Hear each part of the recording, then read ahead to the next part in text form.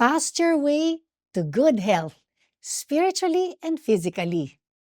Ako si Risa Singson Kaupeng. Magkapet, pandasal muna tayo.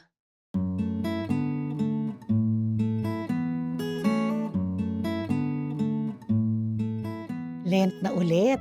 At alam natin kung anong kasama dyan. Di fasting. The Catholic Church requires fasting on Ash Wednesday and Good Friday for those aged 18 to 59. This means one full meal and two smaller meals that together don't equal a full meal. Abstinence from meat applies to all Fridays of Lent for those 17 years old and older. But fasting isn't just about following rules. It's about creating space for God. When we deny our bodies, we heighten our spiritual awareness. We remember our dependence on Him, not on food or comfort. Para mas magkaroon ng saysay ang ating pag-aayuno, let's focus on our motivation. Do we fast to boast, to lose weight, or to truly draw closer to Christ? Learning from Jesus in Matthew 6, our fasting should be private, sincere, and offered as a sacrifice.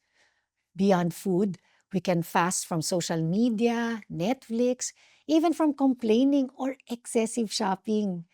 Because some of these things have a tighter hold on us than food. Science also confirms that fasting is good for us. Fasting improves our metabolism, reduces inflammation, enhances mental clarity, and promotes cellular renewal. Our bodies, like our souls, benefit from discipline and restraint.